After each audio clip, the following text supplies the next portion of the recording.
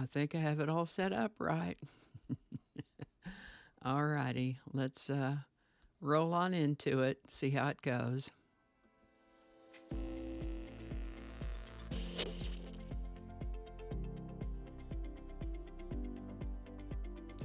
Hi there, and welcome to This Day in History for August 12th.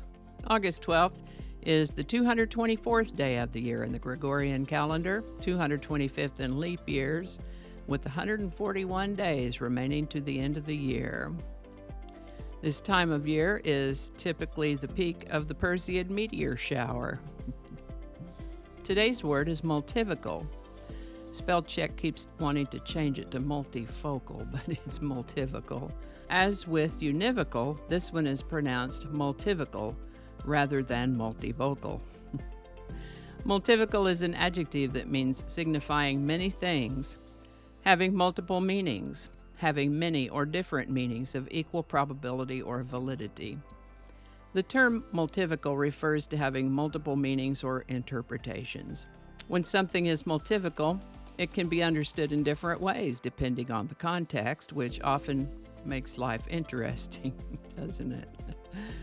Some example uses could be, the poem was multivocal, allowing each reader to draw their own unique meaning from it. Political speeches are often multivocal, appealing to a broad audience with varied interpretations.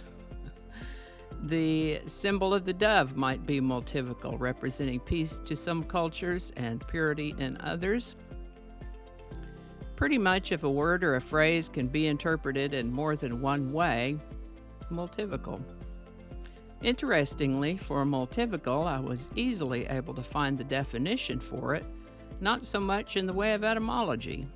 It stands to reason, though, that like univocal, it comes to us from Latin, and the word multivocal has been in use since at least the 1830s.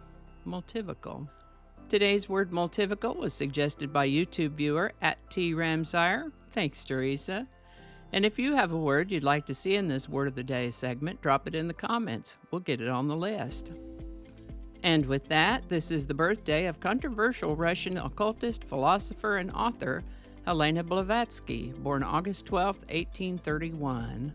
Also known as Madame Blavatsky, co-founder of the Theosophical Society, she described theosophy as a synthesis of science, religion, and philosophy. She died of influenza at the age of 59. Isaac Singer was granted a patent for his sewing machine on August 12, 1851. Hooray for sewing machines.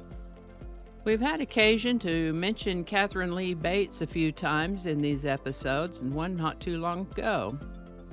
It's usually all for the same reason, though. She wrote poetry, travel books, essays, children's books, books for young adults, and editions of older works. But it was upon a visit to Pikes Peak in Colorado that she was so moved as to write a poem that she called Pikes Peak initially. The poem was published in the 4th of July 1895 edition of the church periodical The Congregationalist under the title America. Meanwhile, an organist and composer named Samuel Ward had composed a piece of music he called Materna for a hymn called O Mother Dear Jerusalem. In 1903, a publisher combined Ms. Bates' poem America with this music, Materna, to turn the poem into the patriotic song we all know and love today, America the Beautiful. We mentioned Katherine Lee Bates today because it's her birthday, August 12th, 1859. She lived to the age of 69. This is the birthday of Austrian physicist and academic Erwin Schrödinger, born August 12, 1887. He's considered the father of quantum physics, won the Nobel Prize in Physics in 1933, and lived to the age of 73. This is the birthday of musician, singer, songwriter, and producer Mark Knopfler. He was born August 12, 1949 in Glasgow, Scotland. He took a day job as a college lecturer for 3 years while performing in local pubs, evenings, and weekends. He formed the group Dire Straits with his brother and some friends, and they released their first album, Dire Straits, in 1978. In addition to making albums and doing concerts, both with Dire Straits, in collaboration with other artists, and solo, This award-winning artist has also worked on movie soundtracks. You can hear his touch in such movies as The Princess Bride, Wag the Dog, and Last Exit to Brooklyn, just to name a few. Mark Knopfler is left-handed but plays right-handed and in an exclusively finger-picking style. Good sounds from this interesting human. Still alive and still working, Mark Knopfler turns 75 in 2024. Mark Knopfler. Now we have a playlist of episodes for this day in history, as well as a playlist of single subjects called How About That? And words of the day in a playlist called There's a Word for That, and I'll leave links to those playlists for you. Dire Straits' first album, released in 1978, didn't draw much attention at first. That changed when they released Sultans of Swing as a single. Inspired by a Dixieland jazz band who called themselves the Sultans of Swing, Mark had found the contrast between their mediocre appearance in a nearly empty venue versus their rather grandiose name amusing. So, Mark wrote Sultans of Swing. Initially, he thought the song was a bit dull, but then he got his first Fender Stratocaster. That was in 1977, and he says of this that the song just came alive when he played it on that 61 Strat. Sultans of Swing hit the top 10 in the UK and the US charts. Sultans of Swing by Dire Straits. Link in the description. Alrighty, this is where we'll have bloopers and outtakes, and of course we do. After that, we'll roll right into the outro. Thank you so much for watching, everyone, and have an awesome day. See you next time.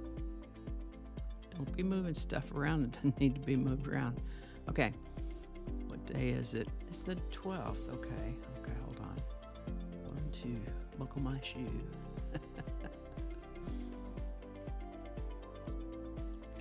Oh,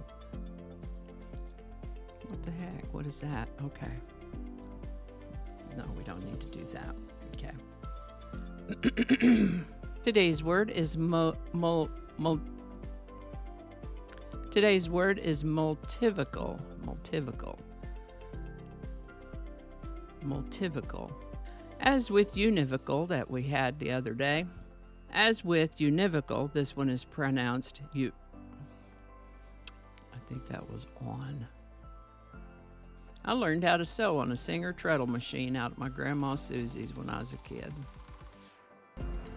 And I think that's going to do it for us today. Thank you so much for watching. Consider subscribing if you haven't already. Feel free to share this video with the link in your email, messaging, or social media.